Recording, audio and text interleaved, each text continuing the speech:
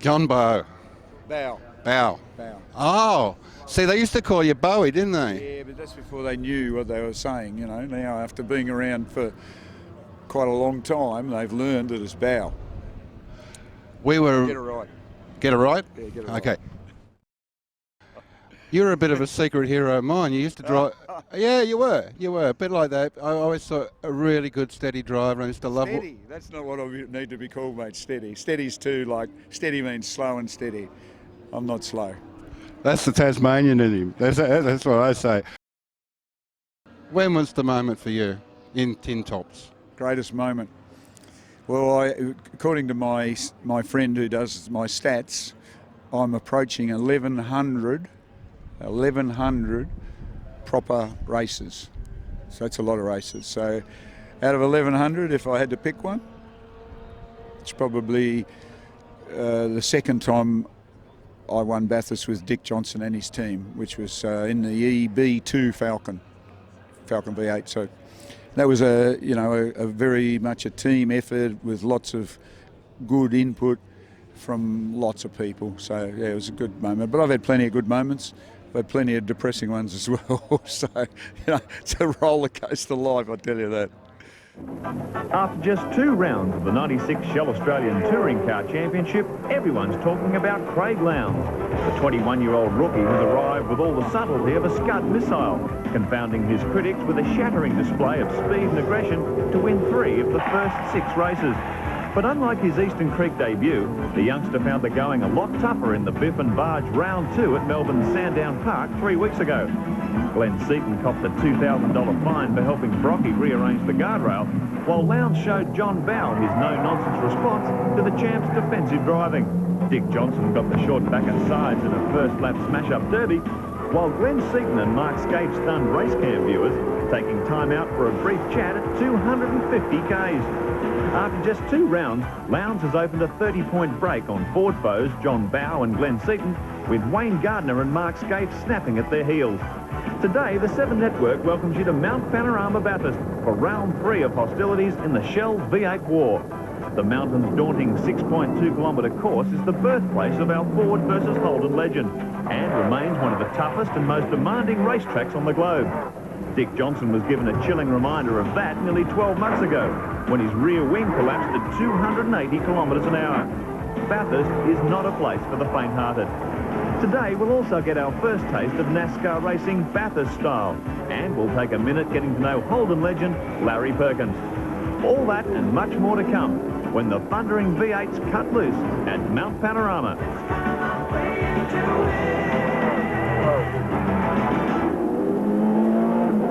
Hello, welcome to Mount Panorama, the mecca of motorsport. And yes, it has been a Lowndes landslide in the first 2 rounds of the Shell Series so far. But the hard men of motorsport are banking their reputations on Mount Panorama to turn the tide for the 96 Series. John Bowe scorched the track in qualifying to grab pole position for Shell Falcon in 2:10.8. And the Bathurst King, Holden racing veteran Peter Brock, is back where he reckons he belongs, on the front row. And that's pushed young Lowndes back to 5th position behind Glenn Seaton and Wayne Gardner.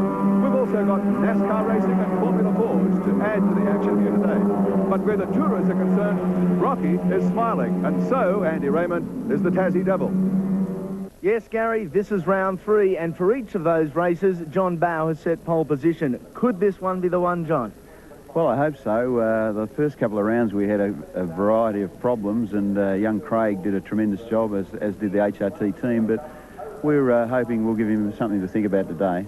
Tyres have been of utmost importance for the last couple of years, and you've got the brand new Japanese Dunlops. I have. They're in the development phase, and they requested that myself and Larry Perkins run them so they can get some more feedback, and I'm happy to do that because if you look at the big picture, we've got to have something good for here in October, and this is going to help us. Is John Bowe a nervous man at the moment? This time of the day I'm always nervous, but I think we'll go okay. We wish you all the best. Let's go now to Mark Oastler and Bradley Jones. Yes, thank you, Andy Raymond. Brad Jones, you're going to be a busy man today. You've got to drive the NASCARs a bit later, and you've got to commentate. You're going to have a busy day on your plate. Well, it's a hard day at the office, but I'm certainly looking forward to running the NASCAR around here and the commentary, of course, with you. Now, Andy, just talking to John Bowe there before, he's talking about this new tyre he's running on the car. considering the car is 50 kilograms heavier and with less downforce than it had here last year, it just shows the tyres are so critical to getting speed out of these cars. Well, tyres are critical, and the tyres have done the job for John this morning, and, you know, he was quick in the warm-up on pole yesterday. It will be interesting to see who wins. And who do you tip to win? Well, I think Bowe, if he gets a good start, will take some beating, but don't discount the mobile cars. They'll be there. Well, there you go. Expert advice from Bradley Jones. Let's look at how they line up for Heat 1. So, cars coming round to grid up for race 1, round 3, the Shell Australian Touring Car Championship. The defending champion, John Bowe, pride of place on pole position for Shell Falcon, shod with new Dunlop rubber from Japan for this race. Alongside him, front row of the grid, the Holden Racing veteran Peter Brock. Second row, Glenn Seaton for Ford Credit and Coca-Cola Racing's Wayne Gardner. Row 3, the gun, Craig Lowndes and Larry Perkins. From row 4, it's Mark Scaife and the Shell entry of Dick Johnson. Fifth row of the grid is Neil Crompton and Tony Longhurst. Row 6, Alan Jones and Greg Crick. Row 7, David Parsons and Mark Larkham. Stephen Richards and Trevor Ashby share row 8. Ninth row is held by Terry Finnegan and Paul Romano, two of the privateers. Then Steve Ellery and Bob Pearson. They've qualified well. Another big field, David Attard and Peter McLeod are row 11. Johnny Cotter and Wayne Russell, row 12.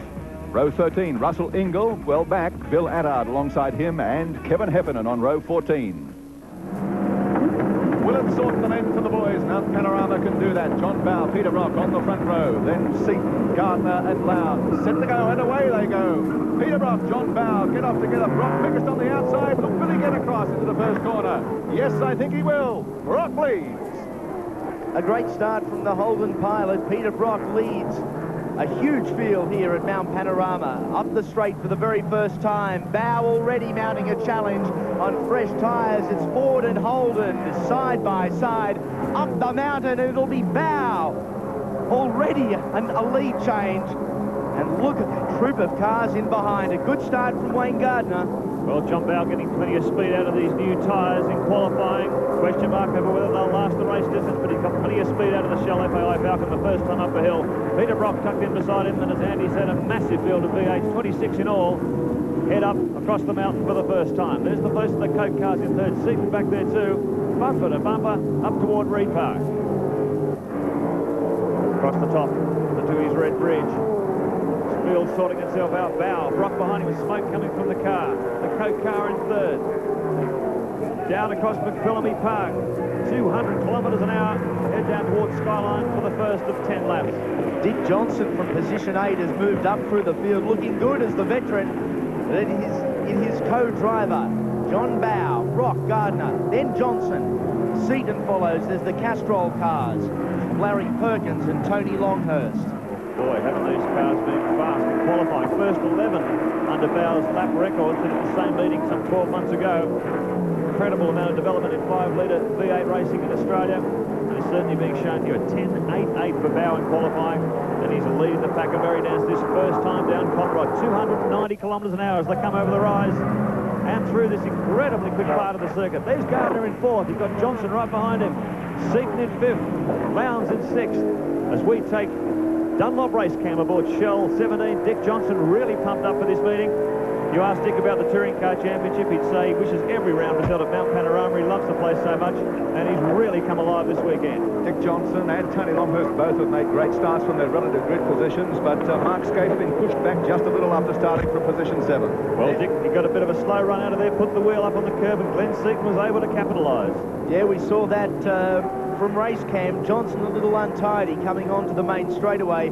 Mark said Glenn Seaton able to capitalise. He moves up to occupy position number 4 on the racetrack, and all of a sudden Johnson is under enormous pressure. There's Craig Lowndes right on the hammer. And Mark Scaife has moved up a spot to split Larry Perkins and Tony Longhurst. Look at Craig Lowndes here getting up behind Johnson. Castrol Commodore in there too, those two getting serious. Johnson on a more conservative tyre choice than his teammate Bowe. Interesting to see how this emerges as the race wears on. Only 10 laps, but a very, very demanding track, and these guys are driving absolutely 10 tenths. Maximum attack. Bowe getting under the wing of the Shell 17 Falcon. There's Gardner in third. Driving 10 tenths and no doubt enjoying the sprint format here at the very spectacular Mount Panorama circuit. There's Johnson and Lowndes, the battle we are watching, and the battle on the track at the moment. Seaton closing in on the tail of Wayne Gardner. As it stands, we have Ford, Holden, Ford.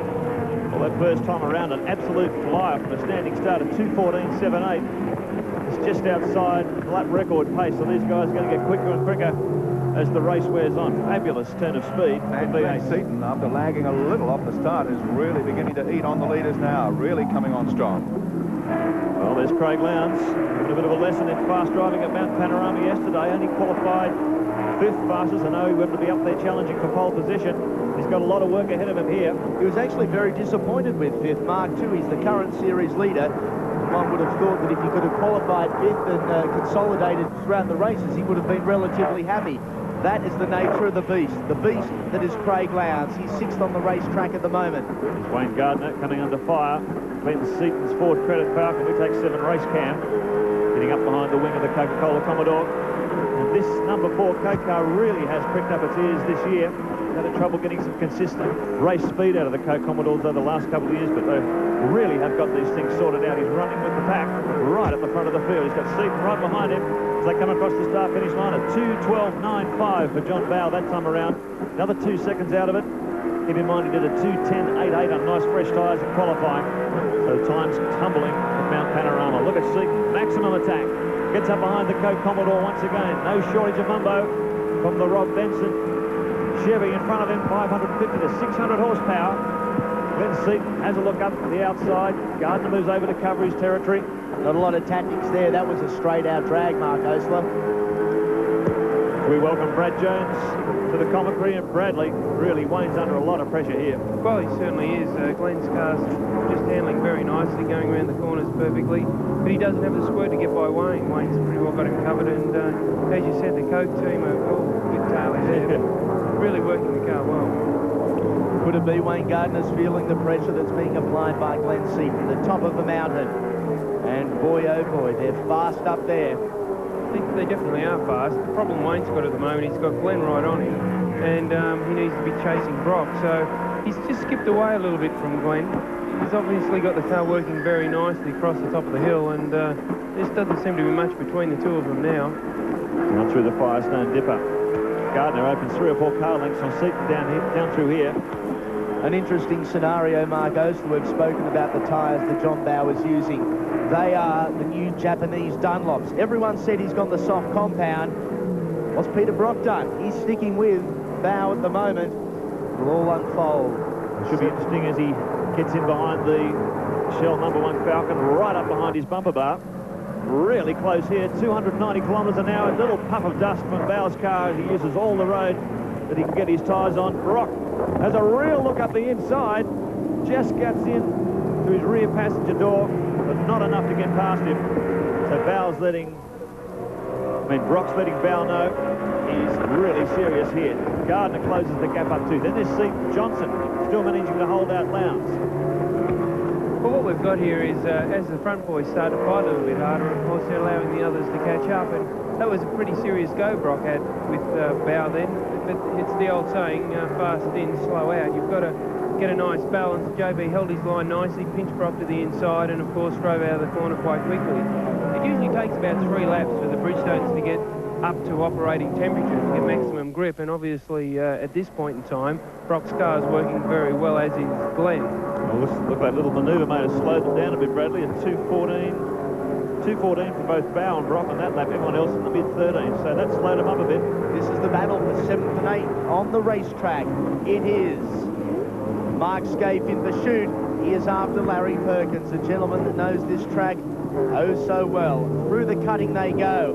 And Scaife, after missing the start, had a little surge, and is now right back on the pace.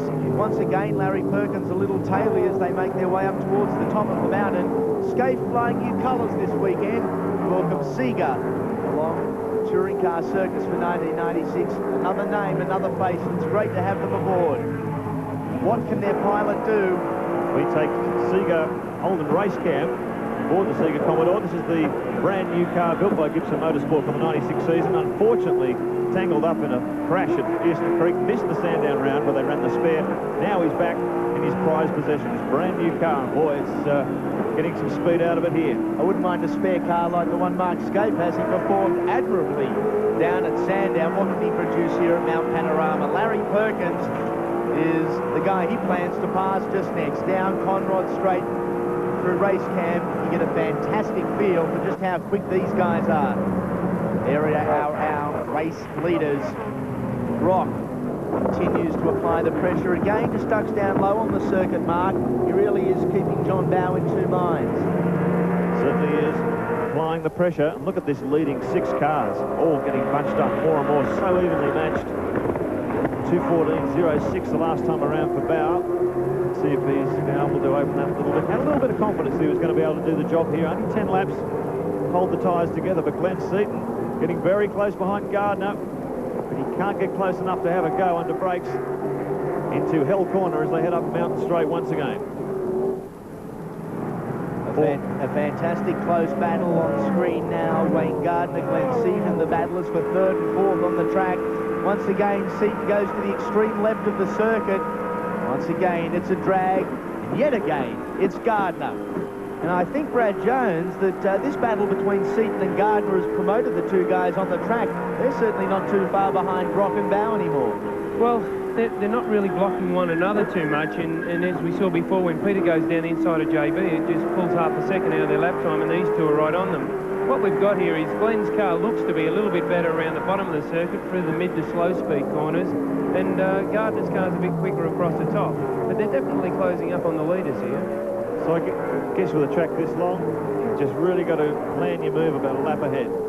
Let's have a look at how they're running at the moment on the Shell Race Car. John Bowe in control for Peter Brock, Wayne Gardner in 3rd position, Glenn Seaton in the Ford Credit Falcon in 4th, and Dickie Johnson in 5th. Don't go away. We'll be back with more in just a moment. The Bridgestone G-Grid is designed to grip. G-Grid's advanced rubber compound and aggressive tread pattern gives you superior handling and precise stopping. Bridgestone, that's confidence.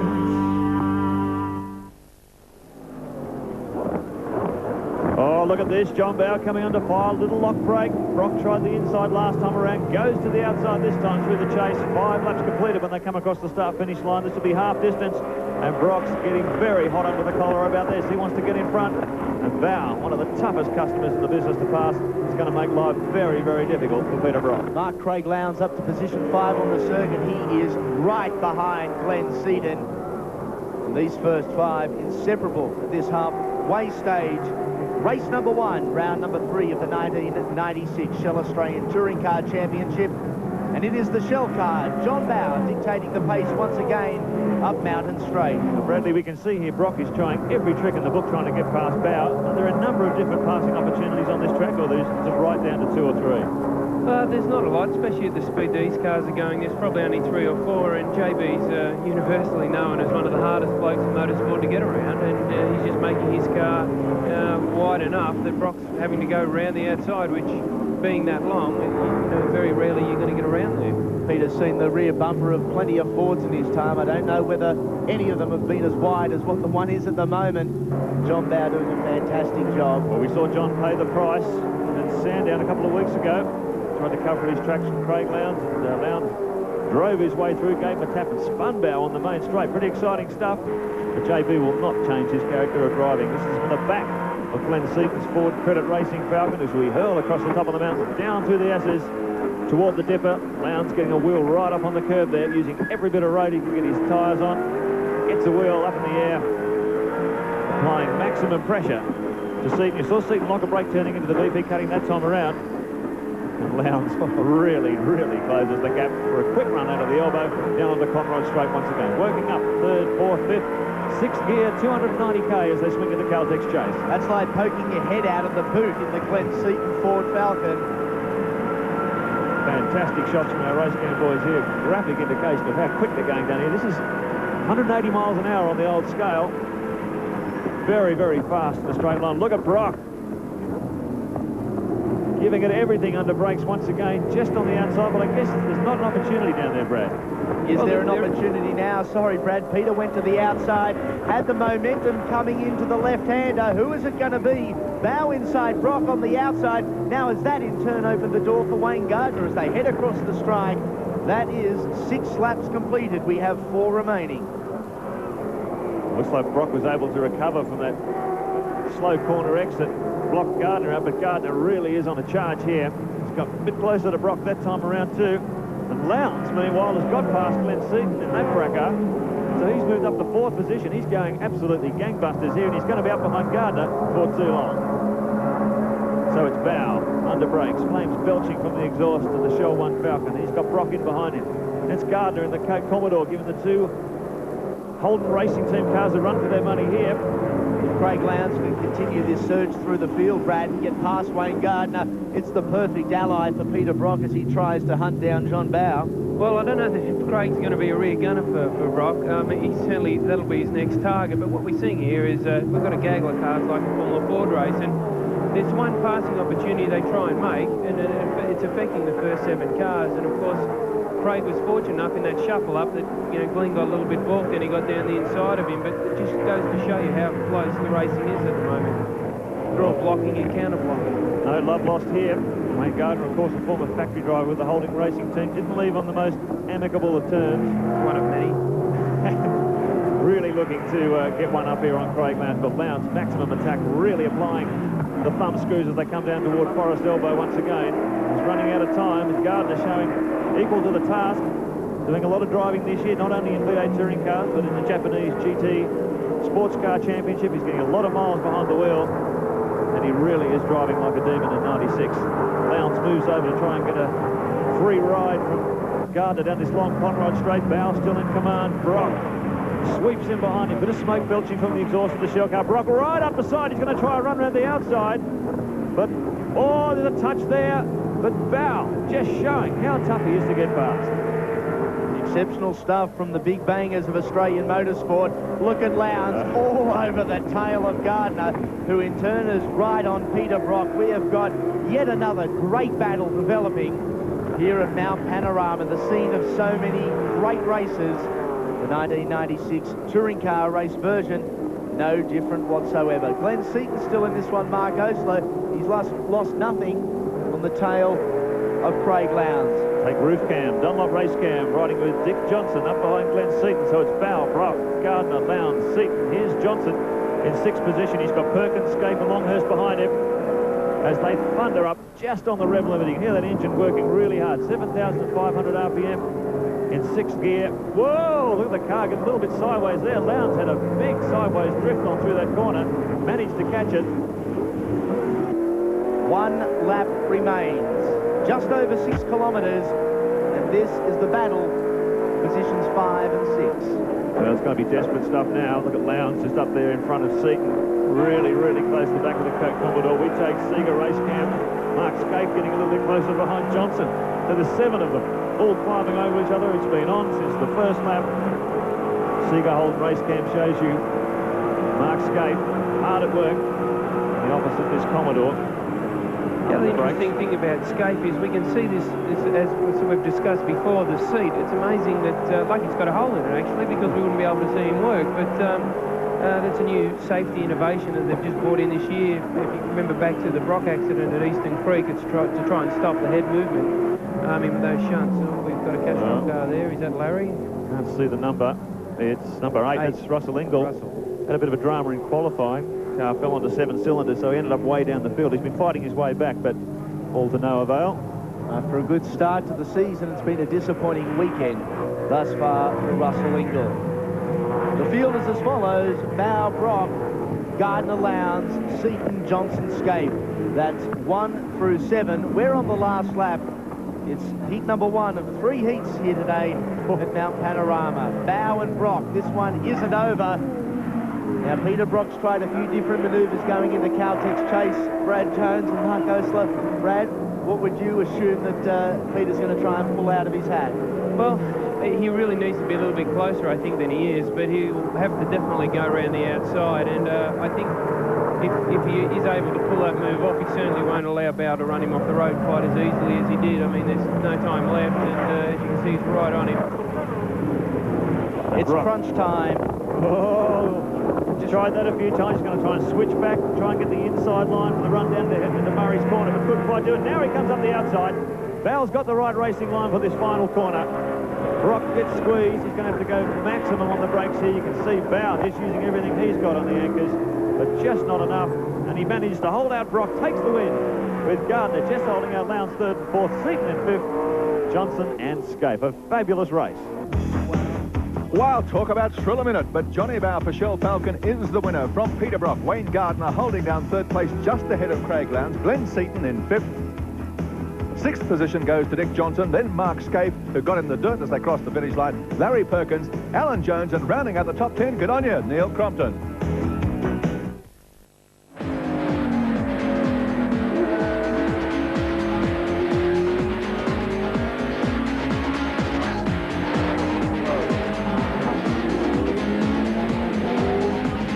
Welcome back to 7, same-day coverage. It's round number 3 of this year's Shell Australian Touring Car Championship. It's not only the big bangers here, Bradley Jones, the NASCAR's first time at the mountain. It is the first time for the NASCARs, and they're really good to drive around here. It's very surprising. They're going about 10 seconds faster than I expected, and we're putting on close racing, and it seems very entertaining. Quite a thrill, no doubt. Well, a lot of people thought they'd be terrible across the top and they wouldn't stop, but they seem very nice to drive across the top, and they have a little trouble stopping, but same for everyone. Between all commitments today, you're a very, very busy boy. Well, fortunately, NASCAR's over early, so then I can get to work. Okay, Brad, we wish you all the best. Now, let's have a look at the full grid. Thank you, Andy Raymond. Let's look at how they line up here. Jim Richards on pole position with John Faulkner in the Cummins Tech Oil Chev alongside him. Row 2, Brad Jones in the Kmart tyre car and Kim Jane in the Southern Motors Pontiac. Row 3, Dean Wannis in the Newcastle Metals Thunderbird. Kevin Schwantz in the Team Pepsi Lumina. Row 4, Adam Pay in the Pontiac GP and Les Kennywell in the Pontiac GP as well. Row 5, last on the grid, 14, Neville Lance in the Slumber King Ford Thunderbird. A full lap journey for the NASCARs, and joining us again knows plenty about the sport, Charlie O'Brien. The NASCARs around Mount Panorama. Well, they're pretty scary to think about that, Andy. They're going very fast down the straightaway. I was talking to Jim Richards earlier this morning, and in practice yesterday, they're talking about 302 kilometres an hour. So that's pretty quick. Well, it's a rolling start here. They're underway. Looks like a good start there from Bradley Jones, I think, who got the whole shot off the grid. Yes, there he is. A big pack of them coming up the hill for the first time. John Faulkner on the outside, these two going side by side up the hill, and boy, they've been in the wars in the last couple of weeks. It's an interesting battle within itself. Faulkner, who is your new race leader, V. Jones, Jimmy Richards, in the bright yellow Valvoline car, Kevin Schwantz also in there, Kim Jane in the 75 car.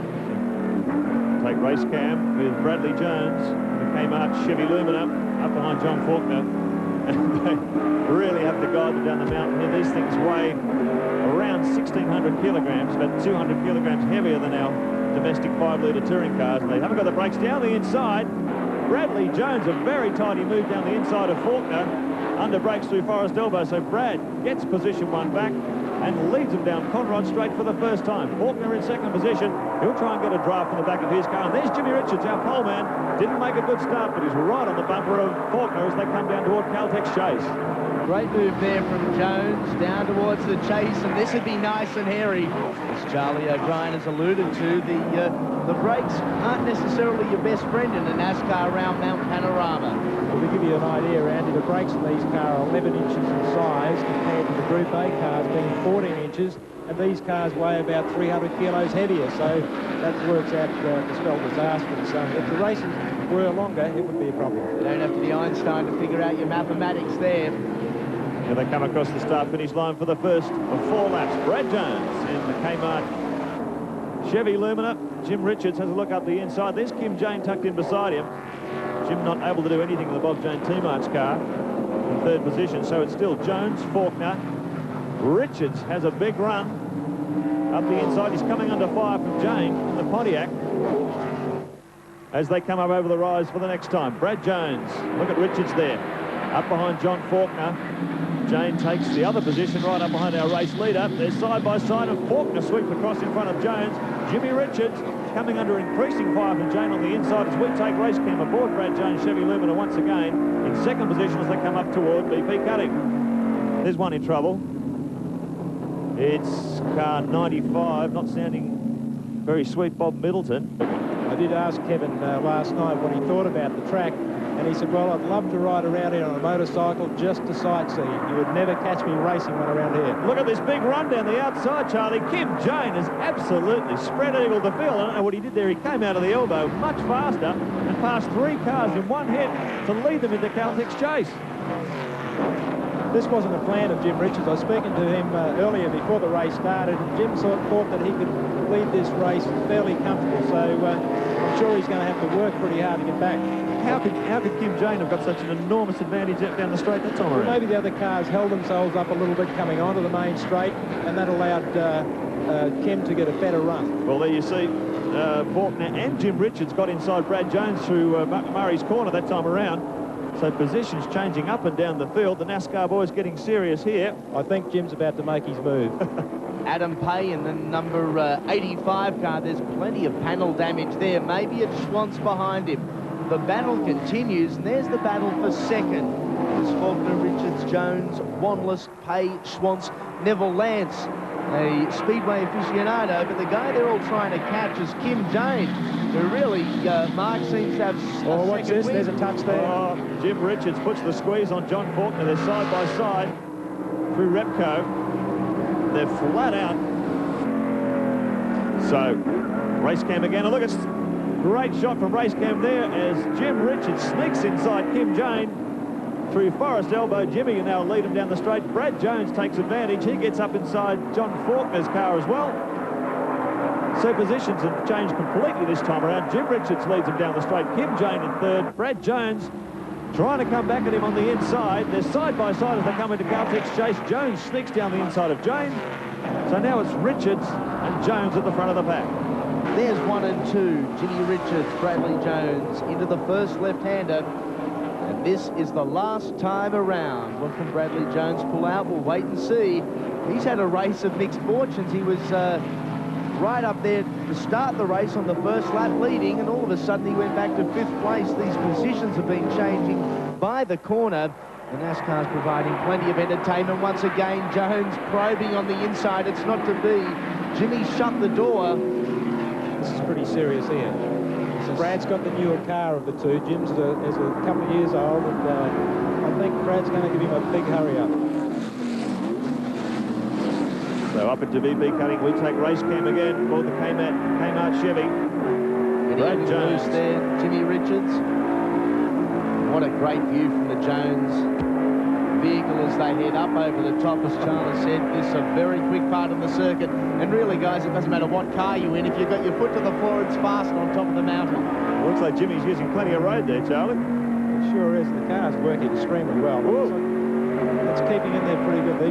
These cars, as I say, are very, very heavy, and they're hard to handle on a track like this.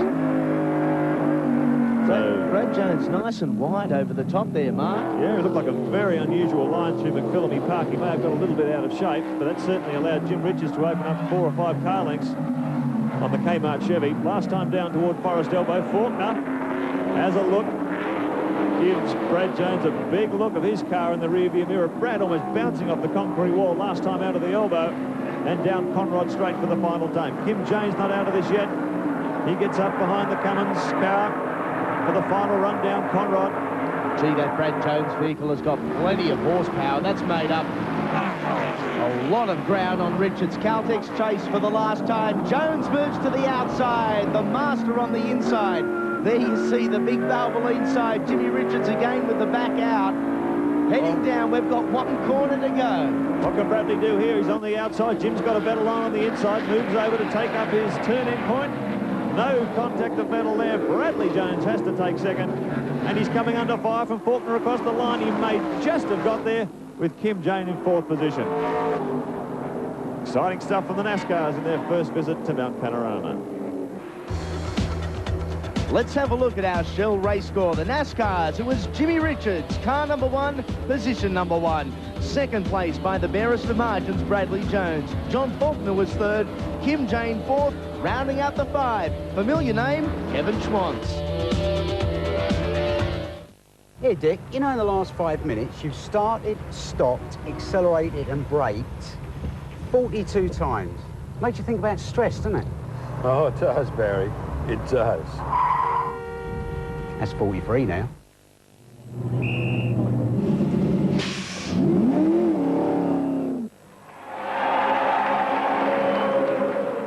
Well, that's an easy one. Bathurst 1995. Fantastic.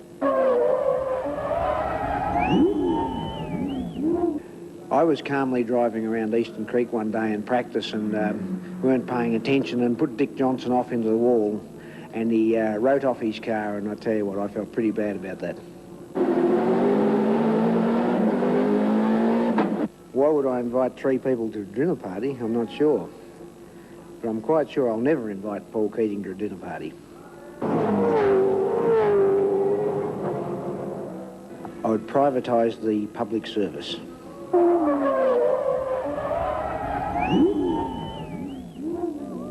Australian road drivers have never been educated for driving, and that in itself is absolutely annoying. If I weren't a racing driver, I'd probably be doing what I started doing when I left school. That was water boring out in the back block somewhere. Look, there's 10 drivers who could win this championship, and I hope that I'm one of them.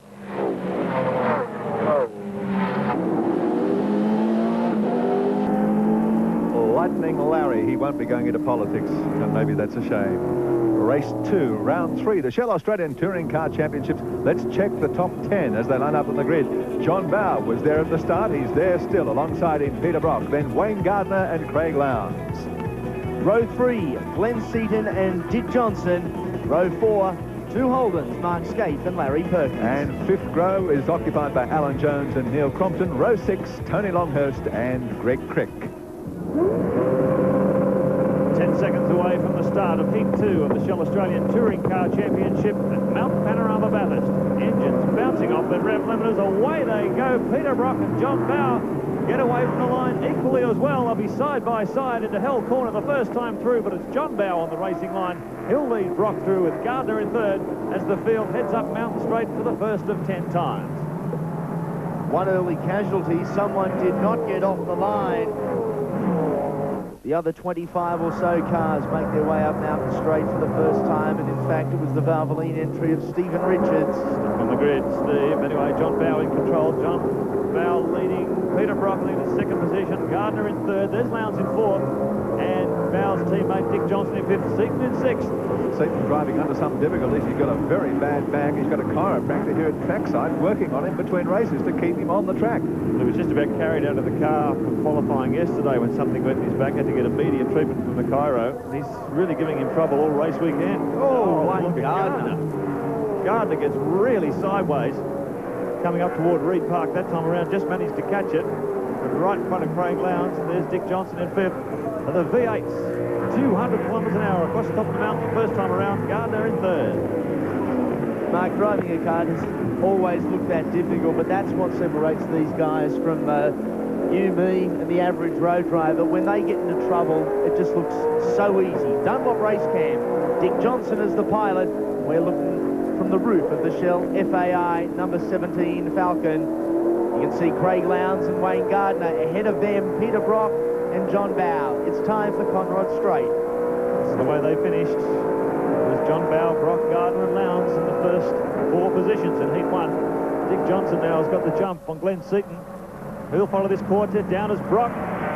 Repeating what he did in Heat 1, looking left, looking right, trying to find a gap round John Bowe. Look at this bit of deja vu on the outside. Nothing he can do there.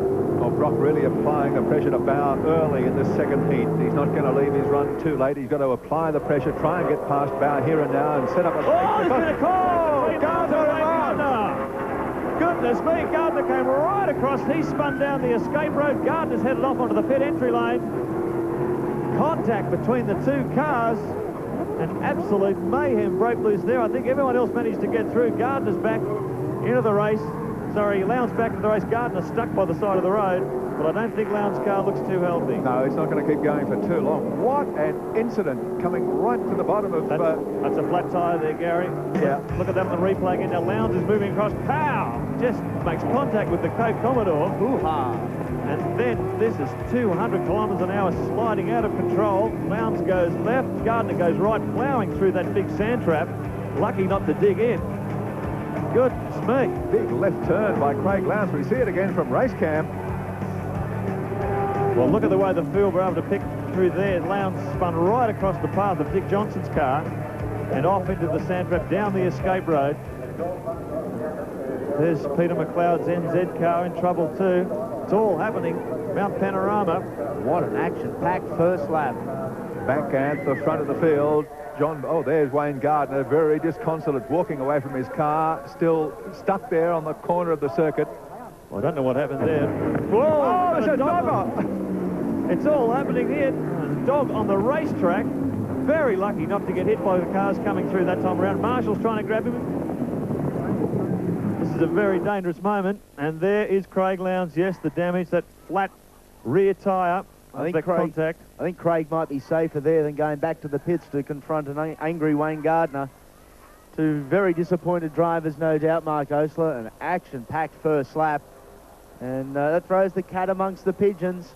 It really, really does. Well, Bradley Jones got a good look at that accident. How did you read it? Well, I mean, it's just one of those things. I guess it comes down to experience. Craig moved over and Wayne was coming by. And, you know, there we have it. It was a very unfortunate thing. We put them both out of the race, and there'll be some finger shaking and some angry words in the pits a bit later, I should think. Boy, Wayne Gardner's going to be very cross about that. Really pumped up about getting a result at Mount Panorama. Let's look back through the field. There's Seaton in fourth. There's the Castrol. There's Crompton in the Coke. Commodore making a good start. Crick files through too. There's the leaders coming across the start-finish line. They've really been shuffled around with that accident. Pack leader Falcon. Alan Jones tapping onto the back of the Castrol Falcon. It's been a very tough weekend for pack leader racing. Alan Jones qualifying under the lap record, but in this class of racing, you've got to be a few tenths off and it shuffles you right down through the field. And a lot of engine development work, changed the exhaust system, and according to Ross Stone, cured the brake problems they had at Sandown. But still, you can see a lot of work to do in this incredibly competitive class of racing. Yeah, Mark, it was the two Queensland Ford teams, that of Pack Leader Racing, Alan Jones, Paul Romano, and of course Dick Johnson Racing, Dick and John Bowe, both experiencing brake problems in the first two rounds of the championship. The Stone boys have got the Pack Leader team firing, and they're stopping, so their brakes are fine. We don't know if John Bowe's brakes are working. He really hasn't applied them that much so far. Moving out in leaps and bounds. Peter Brock remains second. Dick Johnson is up into third place. Similar times to they were doing in the opening heat. 2:14, mid-14s, 2:14.43 for Bowe, Brock at 14.7. So maintaining that pace from the first heat. The third heat will be critical. The tyres are getting pretty tired. We've done 20 laps previously. There's our championship leader, Craig Lowndes, looking very disappointed at what may have been. But it has not been a good weekend for the youngster after such an absolutely brilliant start to the season, winning the opening two rounds. There's one of the pack leader Fords. It'll be Alan Jones' teammate, Paul Romano, in fact. So, plenty have dropped out in these opening laps. Drama upon drama. Mount Panorama this afternoon. Bowe still leads from Brock. Dick Johnson in third. Johnson, a very competitive run from the Bathurst legend. Really loves this place. He's really showing his love for it. The results on the track. Up to third position. Seaton in fourth. Perkins in fifth. With the rise of the rapid rise of Craig Lowndes, Peter Brock is, well, maybe has been treated unfairly by many, I think, in the media. People suggesting perhaps retirement isn't too far away, perhaps suggesting the old guy doesn't have what it takes. Well, he's really making any of those doubters eat their words. Second place behind the race leader, John Bowe. Let's have a look at our show race score. It is Bowe, Brock, Dick Johnson, Glenn Seaton, Larry Perkins. Dick Johnson with Glenn Seaton right behind him as they come down Conrod Straight once again. 3.5 laps completed, 4 down as they come across the start-finish line this time around. We take Dunlop Race Cam with Dick Johnson. I'll tell you what, Dick, I bet you're happy you're back at this place. Oh, it's a bit difficult, mate, when you see what happens like that in front of you. How did you read it? Oh, I think a bit of over-exuberance. On whose part? Oh, that's for you to decide, mate. I'm getting too controversial these days. Okay. The car's going very strongly? Yeah, it's not too bad at all. Now, you guys have been having a few brake problems. Have you cured those this weekend as well? Yeah, my brakes aren't too bad. but yeah, it's a tyre, mate, that we have a problem with. Okay, mate, we'll let you go. We'll talk to you later on. Okay. Thanks, Dick. Dick Johnson hard at work, and that's why he's hard at work. He's got Glenn Seaton getting a little bit closer each time around. As you were talking to Dick, it was evident he was keeping the eyes well and truly on the rear vision mirror, and perhaps a little nervous. We thank Dick for his time. We're looking out of the front of Glenn Seaton's car, and there's the challenge that lies ahead, Dick Johnson. Currently placed third on the racetrack. Next time round, it'll be half race distance. Glenn Seaton really closing in on the back of the Shell Falcon as they come up toward Reed Park. Once again, this great climb. See how busy the cars are. Moving around the suspension, really, really driving the wheels off them, these two. As they come across the top, Bowe and Brock just ahead of them. Brad, of the first 4 cars, 2 are Dunlops, 2 are Bridgestones. How are you reading the tyres? Well, Dick mentioned that he was having a few tyre problems, and the problems he's having is they're blistering towards the end of the race. So, but obviously it's not affecting his speed. He's still going very quick, and he was in the earlier race. John Bowe, on the other hand, has gone to a slightly different compound, the Japanese one, and he's not having those blistering problems. But when you consider that the tyres on Dick's car are made in England, the tyres on John's car are made in Japan, there's really not much difference between them. And of course you've got the Bridgestone tried and true product right in the middle of that. So flat straight now, Conrod straight, 290 k's as they turn in, past our camera position there. Seaton not being able to make too much of an impression on Johnson in this opening laps. 4 down, will be half distance when they cross the finish line this time around. Glenn Seaton applying the pressure to the veteran. And back in 5th place, it is Larry Perkins. Neil Crompton, a place further back. The unfortunate thing about where Wayne Gardner's car is one of the passing opportunities is gone. Take race cam aboard the Castrol Commodore. Larry Perkins currently running in 5th position. Some pretty quick lap times here. The guys in front of him, and they've dropped it now, the 2-minute 13-second bracket. Larry's still running 14s that time around, so he's not that far behind them.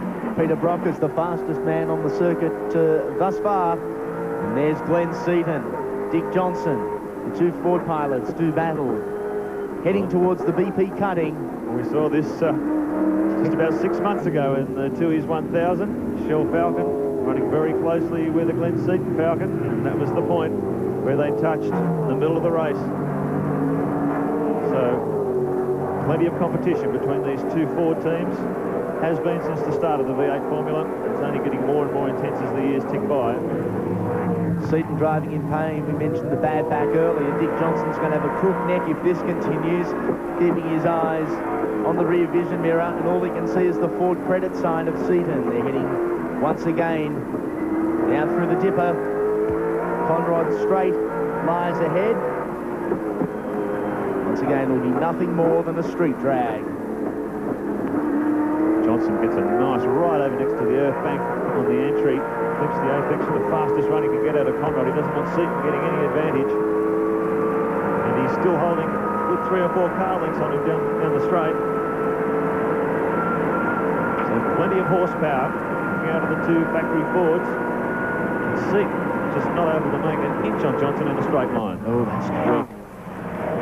Neil Crompton managed to avoid that accident on the first lap. The team chief wasn't quite so lucky though, out of the race. Crompton's still there flying the Coke flag, and he's up in 6th position at the moment behind Perkins. Tony Longhurst and the Castrol Falcon behind him, the first of the pack leader Fords.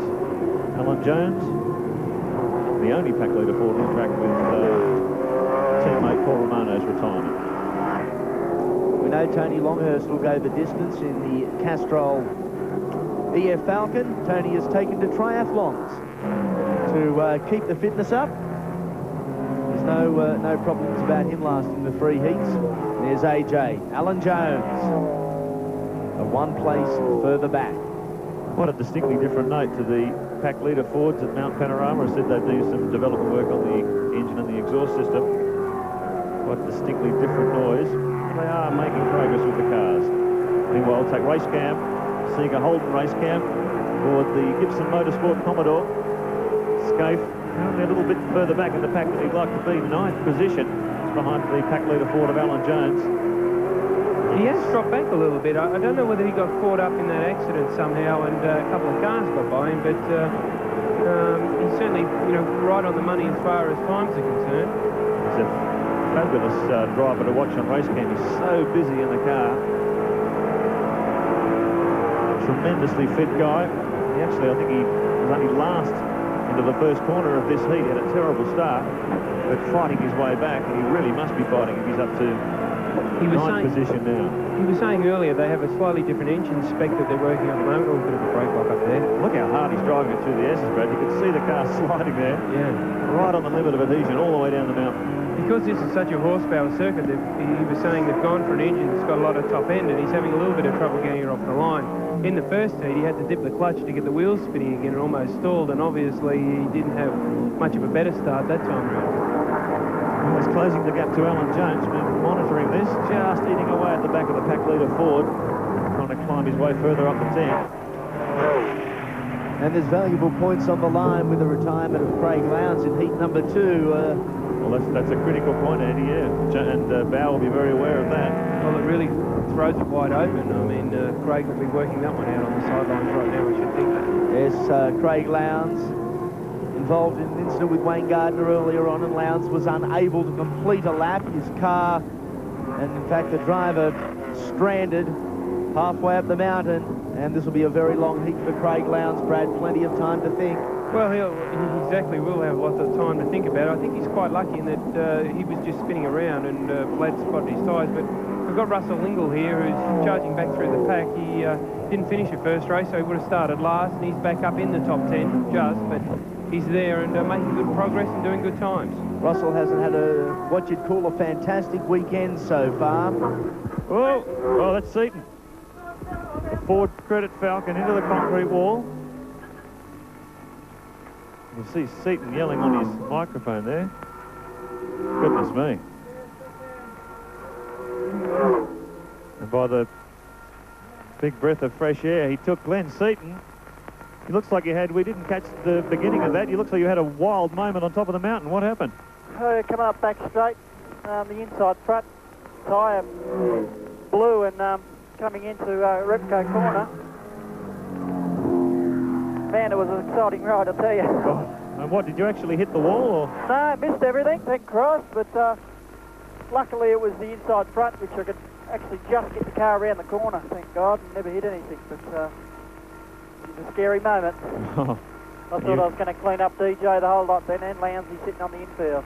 I bet the pulse rate's up a bit at the moment. If the pulse rate can be maximum at about 200, I reckon mine's doing about 250. Okay, Glenn. Thanks very much for your time. Thanks, Mark. Best of luck for Seaton in that second. Let's have a look on race cam what happened. Well, that's where the tyre went. He's offline, out on the ripple strips. And it may not look that spectacular there, but I guess you're coming into that corner so quick, Brad, anything could have happened. Well, yeah, it doesn't take much of a moment to make it seem like a big one, and as great as race cam is, you just don't, the speed, you can't understand the speed, and that would have been some ride. Glenn Seaton there, just catching his breath. He knew how dangerous it was, how close he came to cleaning up not only Dick Johnson, but the Ford Credit Falcon himself. Interesting that he blew a tyre. Obviously, the Bridgestones aren't as bulletproof as some people think they are around here. I mean, you look at the Bowe car, and even though he's saying it's sliding around a little bit, he's still, doing the times and going very, very well. And, of course, they're running 1-2 at the moment. Johnson's gone past Brock, which Brock had quite a lead over Johnson, so I'd say he's in some sort of trouble. Well, it's interesting. Look at that big skid mark across the road there. I'd say that's probably just from Seaton's moment there. It went on for quite a few hundred metres, so he really has done a tremendous job to bring that car in, barely a scratch on it. Once he realised the tyre had gone, he just turned to the inside and tried and pull it up as quickly as he can. Brock's still carrying speed here. I'm not quite sure what's going on. Word from the pits is the 05 engine is misfiring. Well, you could hear that just as he was... has problems. Yeah, you could hear that just as he was coming up the shelf, Andy. They're popping and backfiring. Poor old Brock, it's certainly not his year. It's you know, just a number of things. The car's been smoking a fair bit down there through Reed Park. Oh, you can hear it now, coughing and spluttering. Gee, there's no doubt about it, Brad. You need luck on your side if you're going to win a championship. You need that consistency. And Peter really has had a rough run in these opening 3 rounds. Look at the skid marks of it on the wall there. Someone else has tasted the concrete. Looks like someone's used the fence as a launching pad. Oh, yes, you can hear the 05 car. And how long will that last? We'll wait and see. Will Peter Brock play it safe and bring it into the pits? Oh, dear. He's certainly trying to get in and out of the corners as fast as he can. And the misfire sounds to be getting a little bit worse. So he'll try and soldier on, I guess. But, you know, it's your third position and they're just all going by. Drama upon drama in the second heat of the Shell Championship. They're coming up toward their last lap. So Brock will probably try and stay out there on the track and limp home and try and get some points. Here comes Larry Perkins down the inside. Crompton's just behind him. If we pick up a position too, good strong run from Crompton in the Coke Commodore. Had engine troubles earlier on today. It was a day that started well for T-Mobile HRT. It has turned sour. Lowndes watching from the sideline, and Peter Brock has virtually hit reverse in heat number 2. It's interesting looking at the speed he's maintaining. It's he's still sort of hanging in there. It just wouldn't be obviously as quick if the engine was running strong. Quite possibly it's a high-speed miss. He looked to be keeping the gap to Larry until he sort of got into top gear and went for a decent distance. At the end of the Conrod, Larry really closed in on him. So maybe it's just up top it's missing really badly. Well, Crompton sneaks past 2, takes advantage of Brock's woes. So Crompton now moves up into a very competitive 4th position. Here comes Longhurst, still taking position from him too. But here's the Shell 1-2, and our reigning champ, John Bowe, ahead of teammate Dick Johnson. And boy, this would be a lovely result for the Shell team. There's our leader, Bowe. Well, the pressure's definitely off, and I'm sure it's a long time since everyone won 2 at the front of the pack. So Johnson in 2nd position. That's one of the best. He brings it across the line in this position. That's one of the best results Dick's had for a long time. And he really does love this place. He's managed to stay out of all the first lap dramas. Yes, unfortunately, Dick's usually the bloke that does cop the bad luck, isn't he? Well, he got the short back and sides just 3 weeks ago at Sandown. And just shows how your luck can change. John Bowe dictating the pace so far today. Well, this will be terrific for the championship too, Andy. They came to Bathurst. Craig Lowndes on 102 points. He had a 30-point break on Bowe and Seaton locked together in 2nd position. This will really tighten up the points battle, and we've still got one more heat to go. 3rd, 4th and 5th coming into today was Glenn Seaton, Wayne Gardner and Mark Scaple. Seaton and Gardner are going to drop valuable points. And there's a man who'd be thinking points, I'm pretty sure. 30-point buffer. He wanted to build that up today, and see, it's all gone wrong. That'll be some debrief after the race.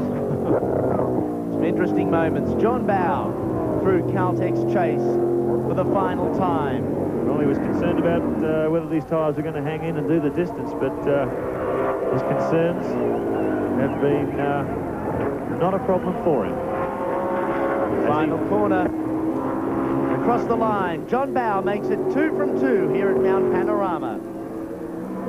2nd place, teammate Dick Johnson.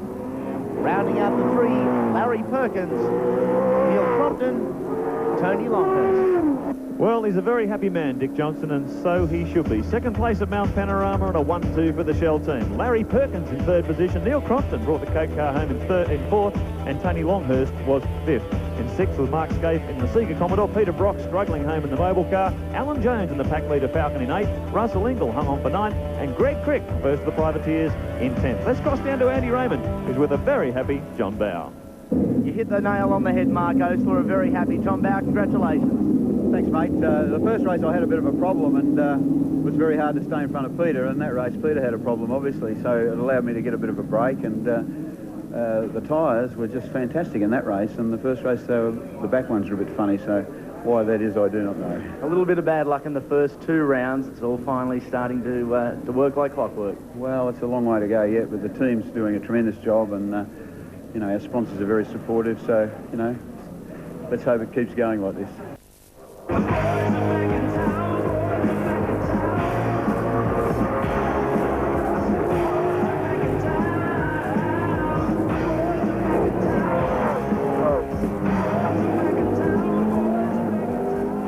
Out to ruin your day and Wayne Gardner's too in one easy lesson from Craig Lowndes. Wow, what a wipeout in race 2 of today's third round of the Shell Australian Touring Car Championships here at Mount Panorama.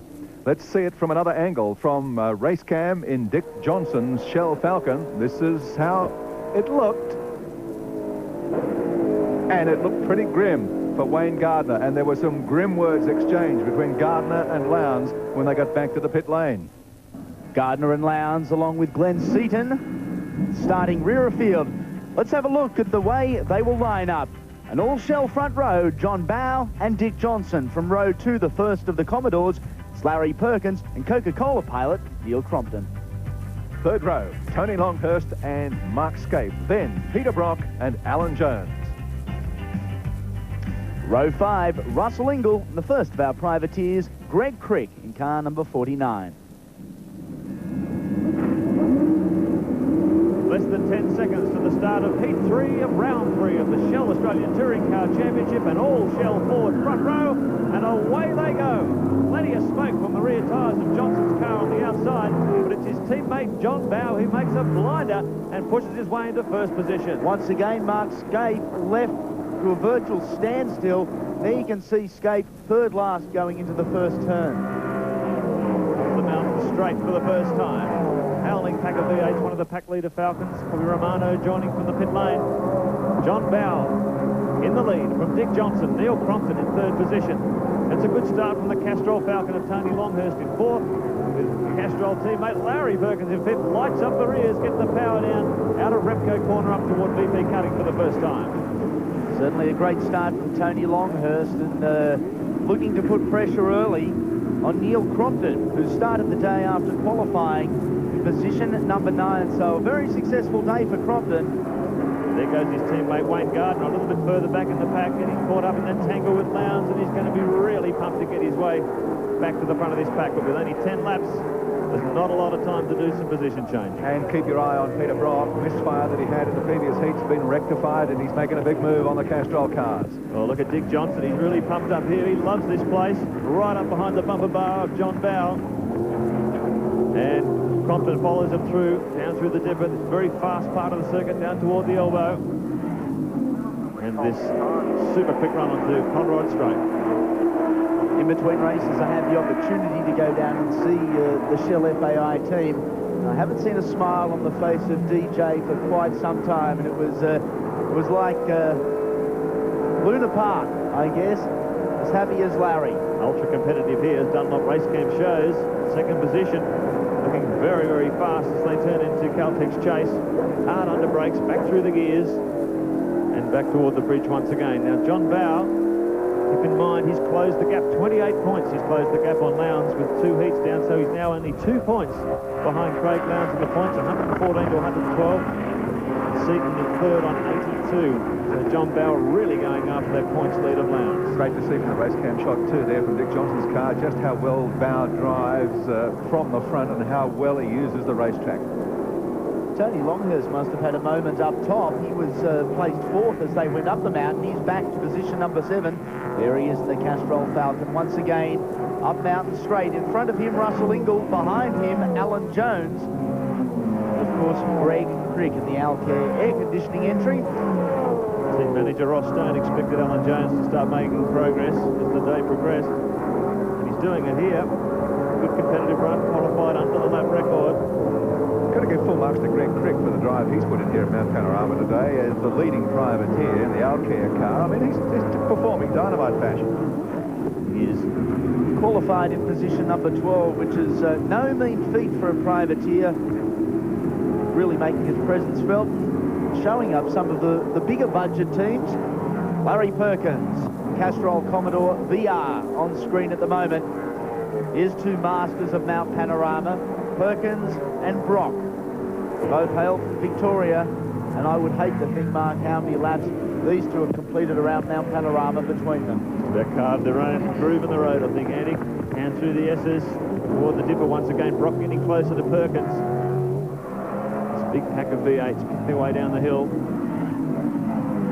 Longhurst indeed drifting back through the pack. 2:13.2, the first flying lap for John Bowe that time around. Here comes Craig Lowndes, a bit further back in the pack. Brock getting closer to Castrol driver Perkins. So it's the two Shell forwards. Then it's Crompton doing a great job in third position in the second Coke car. Perkins and Peter Brock. Down the Caltex chase. She passed the camera, 290k. And you get a real feel for the speed from that camera vantage there just before the chase. It's amazing when you go and stand over next to that fence in qualifying, and these cars are just pushing so much air in a straight line, they just about knock you off your feet. Very, very fast part of the course. Get back through the field. There's Brock. There's Longhurst Falcon, the first of the pack leader forwards. And there's Seaton on a great run here. Saw in Heat 2, he ended up against the fence after a very frightening tyre blowout coming up toward Repco, and he's really on a charge. Yeah, Brad, Seaton's leading the charge from Gardner, Lowndes and Scaife.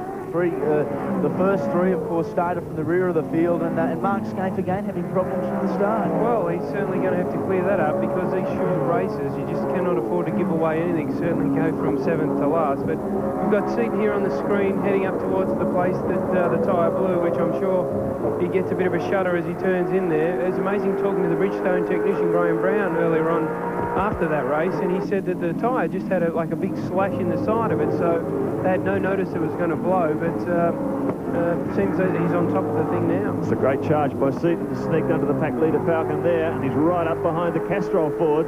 He's really got some speed aboard this thing, Ford Credit Falcon. And one of the pack leader cars, Romano, he is not having a good day. Alan Jones' 22-year-old teammate, saw him in the pits in Heat 2, and he hasn't lasted much longer in Heat 3. Very talented youngster who's fresh out of luck this weekend here at the mountain. Back with Glenn Seaton, it's race cam. Right ahead. Russell Ingall. Good competitive run from Tony Longhurst. Struggling a bit for speed in the opening 2 rounds. The Yokohama tyres. Engine development program continuing with Wayne Jones in this Falcon. And just starting to show a bit of speed at Mount Panorama. He's got Seaton breathing down his neck. Seaton started off at the rear of the grid. He's already up to 9th position, absolutely flying. And Craig Lowndes, who started back there with him, currently in 12th, so they're making a big charge. Talking about a charge. Well, look at this. Longhurst gives him the finger to overtake down the inside. He knew he was gone. Just tremendous amount of speed. That's great for Tony Longhurst. It really is. Very polite. Glenn Seaton would no doubt appreciate that. Puts a nice little buffer now between Seaton, who's the first of that gaggle of cars, and Alan Jones and the pack leader Ford. The blue entry. There's Wayne Gardner, car 4, and look who's behind him, Craig Lowndes. I don't think you'll see Craig do anything silly this time around. I dare say he's had a quiet chat to a few of the senior members of the Holden racing team. I think you'll see a very cool and calculated drive. Mark Scaife in the Seeger entry, 1 behind Lowndes.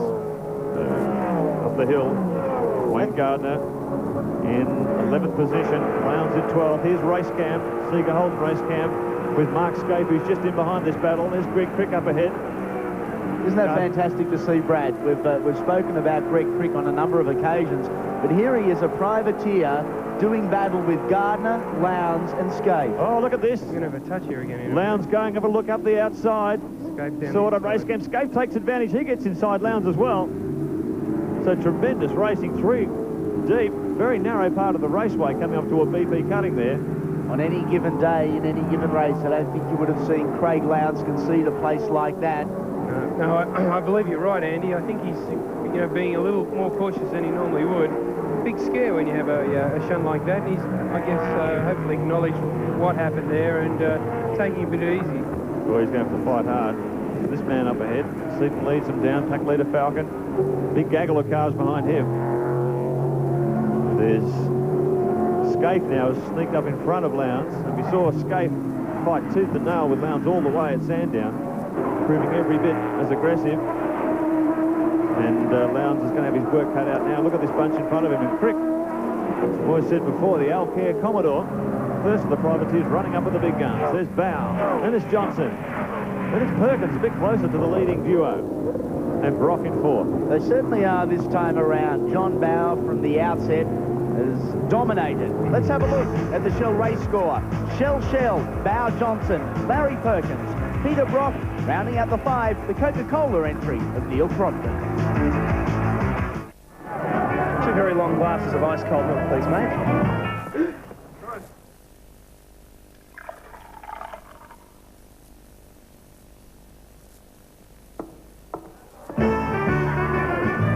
Hi, the name's Tom. What's yours? Sarah, you really like the milk, don't you? One big glass keeps me going all night. Oh, really? Jane. Tom. Milk. Are you getting enough? Johnson on the horizon. A little further forward is John Bowe. You're driving with Larry Perkins. Yeah, that Chevy revving hard up to 6th gear as they press the rise. Maximum speed. Top gear almost flat. The interesting thing here is you've just seen 2 of the fastest cars on the circuit. Everyone readily acknowledges that the Dick Johnson car and Larry Perkins have got, for Holdens and Fords, probably the most amount of horsepower, and there's not much between them. Mind you, there's not much in it. I'm sure, you know, you look at the speed of the Coke car. Look or at this. Escape. Down the inside, Seaton, yeah, attacking. Ingle now gets moved back another position, so Seaton really is climbing up the order very rapidly. That takes him up to 7th position.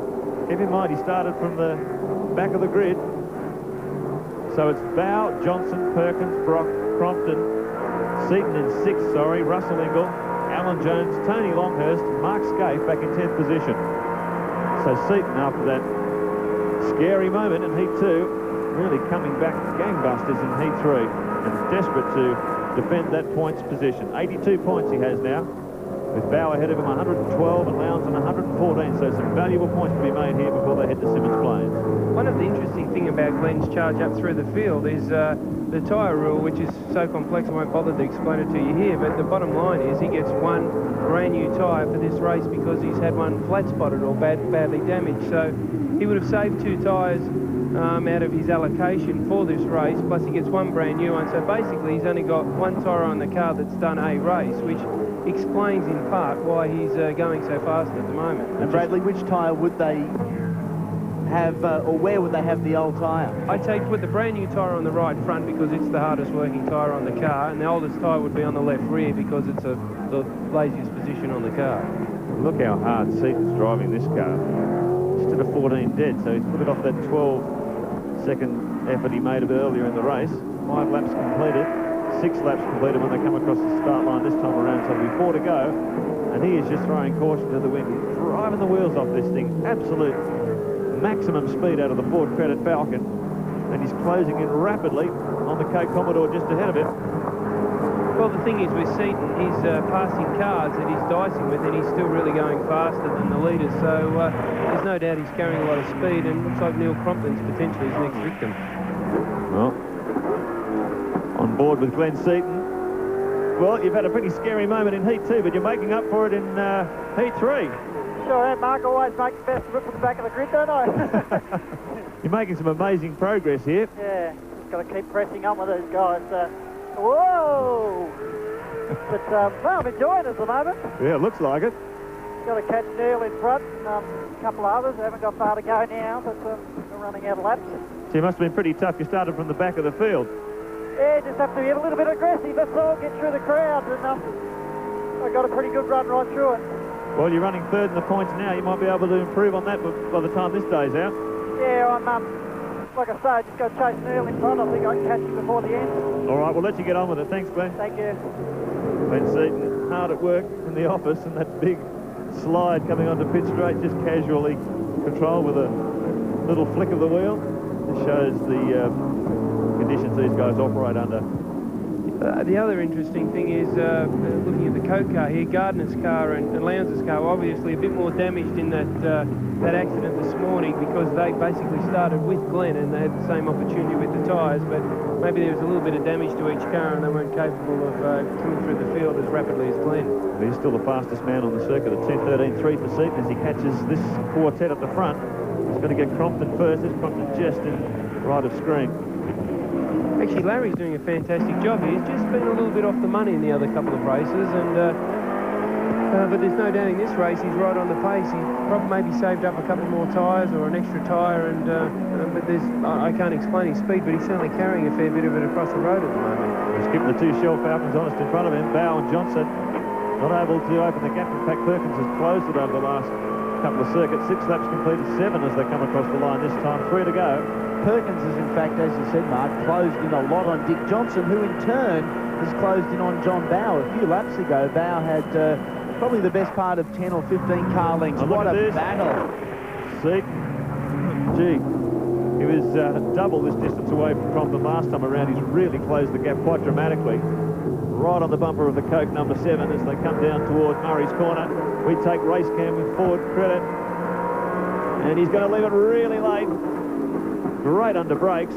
Sneaks up inside Crompton. That's another position and more championship points for Glenn Seaton. Brock really has had a very consistent day here. This will do his championship chase no harm at all. He came into this round in 7th position with only 36 points. So he should get a reasonable haul from the activity today. And not only that, his confidence. You know, he's had a bad run, some bad luck. You know, the kid's been going very, very quickly. Oh, Larry's a bit sideways there. Brock's been quick all week. The quickest one in the HRT team, he'd be pretty happy. His car's got a fair bit of smoke coming out of it there in Reed Park. I can't quite understand it. Maybe it's just off the throttle for a bit, but Brock would certainly be relishing the drive that he's had today. And look at the ground Seaton's made up on this leading quartet. He really is just going so quick. He's about consistently half a second faster per lap in this thing. Look, he's right onto Brock at this stage. I don't think any of the leading 4 cars were going to let him by quite as easily as the other guys. So it'll be an interesting last lap for Glenn. If he's lucky, he might be able to find his way past 1 or 2 of them. But pretty tough going from here. He's not lacking in corner exit speed. He's certainly got plenty of horsepower, and he carries that with him in a straight line as he tries to get a bit of a draft from the back of Brock's car to set himself up for the final lap. We ride with Glenn Seaton on race cam. There's Brock. There's Seaton. Just brushing the brakes to set the car up for the chase. Whoa! Seaton got right out of shape turning into the corner there. He managed to catch it, but all that hard work has been undone. Yeah, lost a lot of speed there. It just shows how hard he was driving the car. Right on the limit. Still the only one circulating under 2:14s, Glenn Seaton.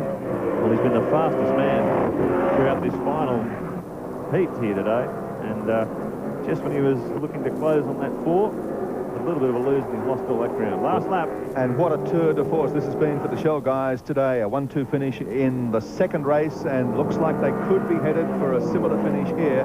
And John Bowe, can he sweep all 3 heats today in this 3rd round of the championship? Well, it'll certainly close things up and make it a lot more interesting for us in the next couple of rounds. The championship's now going to be very tight at the front.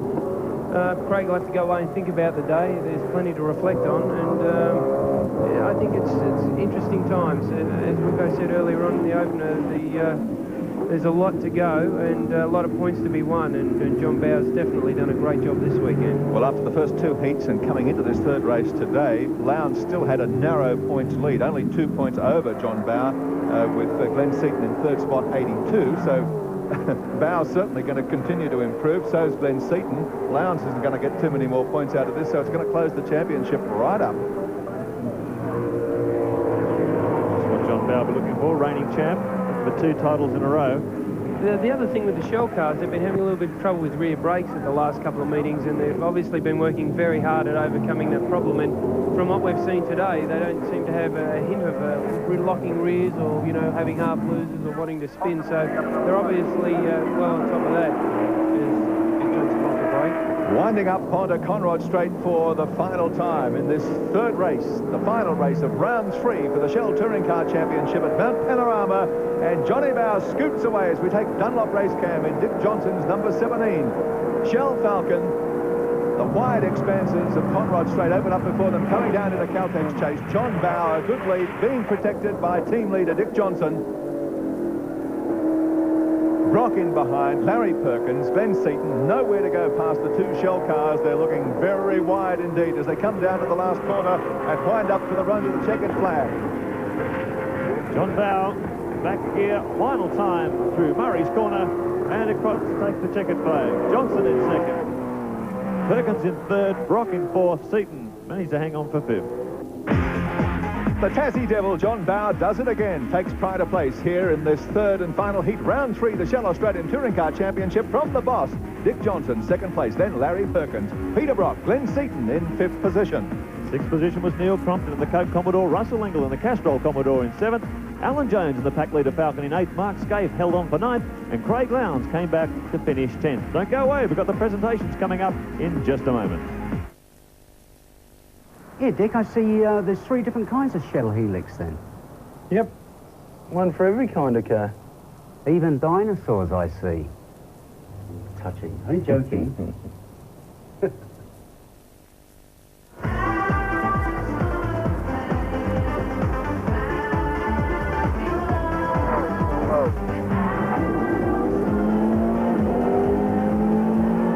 Welcome back to 7's same-day telecast of round number 3 of the 1996 Shell Australian Touring Car Championship.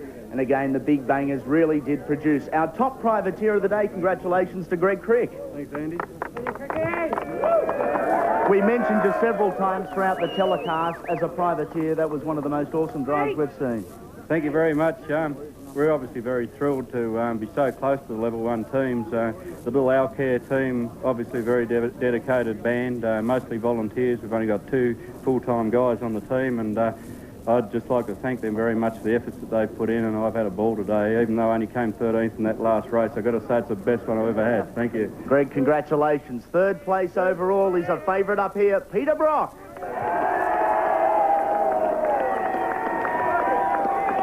Peter, I guess a day of mixed fortunes for HRT. No doubt you're very happy to be up here. Yes, obviously Craig had some moments there, but so did I in that second race. I had an electrical problem and coming through the pack in the last race, though, I must say I really enjoyed that. I couldn't get by Larry, but gee, it was close and really high-speed train there, and I would hope that the crowd would go home pretty satisfied that they've seen a great day's entertainment. I'm quite sure they will. Congratulations. 2nd place.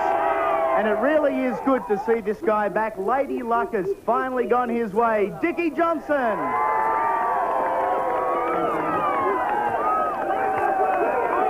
You just love the place, don't you? Well, it is an exhilarating racetrack. There are a number of things, I suppose, during the day that sort of got one's attention, like that dog running across the top of the mountain in the second race. But you've hit everything else, haven't you? Well, I've hit mineral here and I've hit vegetable, and I thought, oh no, not an animal. But at the end of the day, fortunately everyone missed it, and the racing turned out really good for us. Dick, congratulations. In 1st place, at this time I would ask the Shell Motorsport manager, Mr. Ross Brodie, to present the winners' garland to today's winner and the new championship leader, John Bowe. John, congratulations. A fantastic day all up, and you're the new championship leader. Well, there's a long way to go yet, Andy, but the car was tremendous, and I must pay tribute to Dunlop's tyres. They were experimental tyres from Japan, so I think we might be onto something. I'm quite sure you are, and I think we'll see a little bit more of you on the podium as the year goes on. John Bowe, the new championship leader. Gary, let's have a look at the points. My, how quickly things change. John Bowe, now the championship leader on 132 points, 17 clear of Craig Lowndes on 115. Glenn Seaton in 3rd spot on 92 points. Dick Johnson 4th on 72. And Peter Brock 5th on 70 points. In the Shell Championship, it's wide open now. Well, it is. Experience is a big winner here today. I think that Craig unfortunately made a big mistake. It's tightened up the top of the championship table. And we're going to see some great racing for the rest of the year. It'll certainly be great. How quickly does Craig learn lessons? Well, hopefully quickly, because another lesson like that and he'll be out of the championship. A real tour de force for the Shell team today. Can they carry that over into the next round at Simmons Plains? I think so. The Dunlops are obviously working very well here, and they're on top of it at the moment. Glenn Seaton very lucky today. And very fast. I think he's a real dark horse, and he's not very far away, certainly within striking. And Brocky's certainly not out of it. No, he's on top of the world at the moment. It's going to be close. And we've got Mark Scaife just in behind them on the point score anyway, so it's, as I said, wide open. Well, if he can get the thing off the line, he'll be a force. OK, that's the 3rd round of the Shell Australian Touring Car Championship here at Mount Panorama. What a thriller it has been. I hope that you can join us again 3 weeks from today when we travel to Simmons Plains in Tasmania for round 4 of the championship. That's home territory for John Bowe. So if he decimated them here at Mount Panorama with 3 wins out of 3, what is he going to do down there. Hope you can stay with us again when next we go motor racing on 7 Sport, the 4th round of the Shell Australian Touring Car Championship from Symonds Plains on March 17. See you then.